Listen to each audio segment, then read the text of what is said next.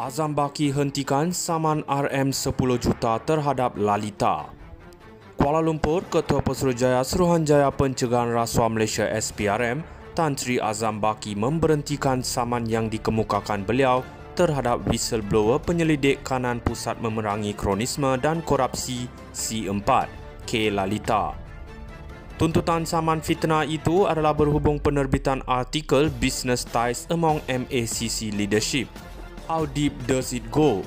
Berkaitan pembelian saham yang disiarkan portal agensi berita Independent News Service INS. Berdasarkan notis pemberhentian tarikh 11 Jun lalu, Azam memberhentikan tindakan saman berkenaan yang difailkan pada 12 Januari 2022 atas dasar tanpa prejudis dan tanpa pengakuan kedua-dua pihak. Menurut notis itu, pemberhentian saman itu juga dibuat tanpa kebebasan memfailkan semula dan tanpa perintah terhadap kod. Notis terbabit difailkan peguam cara Azam daripada firma guaman tentuan Zain Megat dan Murad dan ditandatangani secara bersama oleh peguam Lalita daripada firma guaman tentuan Khairuddin, Ngiam dan Tan. Pada pengurusan kes saman itu di Mahkamah Tinggi hari ini, Hakim Datuk Akhtar Tahir melapangkan tarikh perbicaraan yang dijadualkan bermula pada 9 Julai ini.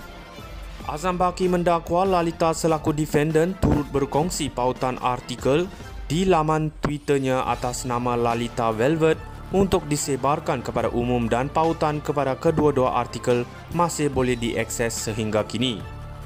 Dakwa Azam, tajuk artikel itu adalah sensasi, bersifat skandal dan menjengkelkan kerana ia dikarang dan diterbitkan semula dengan niat jahat.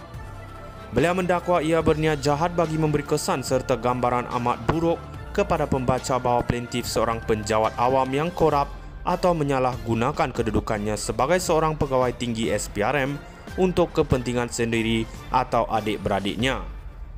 Azam mendakwa penerbitan fitnah itu menyebabkan nama dan reputasinya tercemar dan oleh itu beliau menuntut perintah bagi menghalang Lalita atau ejennya daripada membuat, menerbitkan atau menyebabkan kenyataan berbau fitnah tersebut diterbitkan semula. Plaintiff juga memohon defendant memadam artikel dan ciapan dalam tempoh 3 hari, penghakiman dibuat serta permohonan maaf dalam akhbar atau media sosial pilihan plaintiff. Turut dituntut ganti rugi am sebanyak RM10 juta dan ganti rugi teruk, kos serta relief lain yang difikirkan sesuai oleh mahkamah. Sementara itu, Lalita menerusi pernyataan pembelaan difailkan pada 3 Februari tahun lalu mendakwa kandungan artikel dan ciapannya membabitkan Azam diperoleh daripada sumber yang sah. Azam Baki hentikan saman RM10 juta terhadap Lalita. Kuala Lumpur, Ketua Pesuruhjaya Suruhanjaya Pencegahan Rasuah Malaysia SPRM, Tan Sri Azam Baki memberhentikan saman yang dikemukakan beliau terhadap whistleblower penyelidik kanan Pusat Memerangi Kronisme dan Korupsi C4, K. Lalita. Tuntutan saman fitnah itu adalah berhubung penerbitan artikel Business Ties Among MACC Leadership. How deep does it go? Berkaitan pembelian saham yang disiarkan portal agensi berita Independent News Service INS. Berdasarkan notis pemberhentian tarikh 11 Jun lalu, Azam memberhentikan tindakan saman berkenaan yang difailkan pada 12 Januari 2022 atas dasar tanpa prejudis dan tanpa pengakuan kedua-dua pihak. Menurut notis itu, pemberhentian saman itu juga dibuat tanpa kebebasan memfailkan semula dan tanpa perintah terhadap kod. Notis terbabit difailkan peguam cara Azam daripada firma guaman tentuan Zain Megat dan Murad dan ditandatangani secara bersama oleh peguam Lalita daripada firma guaman tentuan Khairuddin, Ngiam dan Tan. Pada pengurusan kes saman itu di Mahkamah Tinggi hari ini, Hakim Datuk Akhtar Tahir melapangkan tarikh perbicaraan yang dijadualkan bermula pada 9 Julai ini. Azam Baki mendakwa Lalita selaku defendant turut berkongsi pautan artikel di laman Twitternya atas nama Lalita Velvet untuk disebarkan kepada umum dan pautan kepada kedua-dua artikel masih boleh diakses sehingga kini. Dakwa Azam, tajuk artikel itu adalah sensasi, bersifat skandal dan menjengkelkan kerana ia dikarang dan diterbitkan semula dengan niat jahat.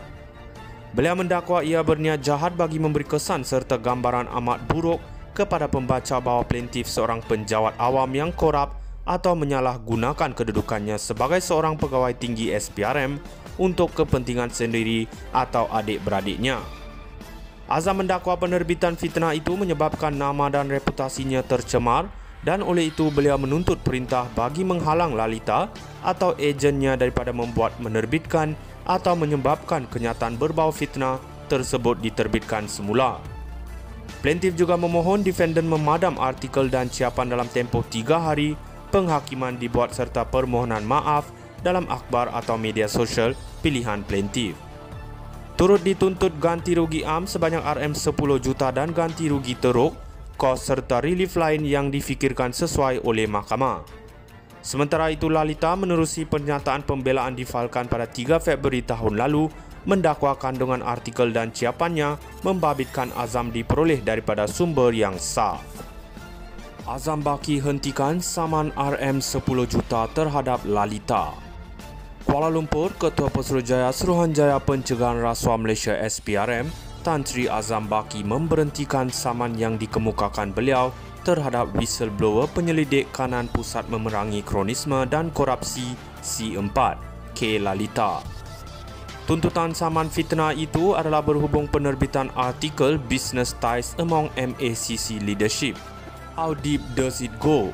Berkaitan pembelian saham yang disiarkan portal agensi berita Independent News Service INS. Berdasarkan notis pemberhentian tarikh 11 Jun lalu, Azam memberhentikan tindakan saman berkenaan yang difalkan pada 12 Januari 2022 atas dasar tanpa prejudis dan tanpa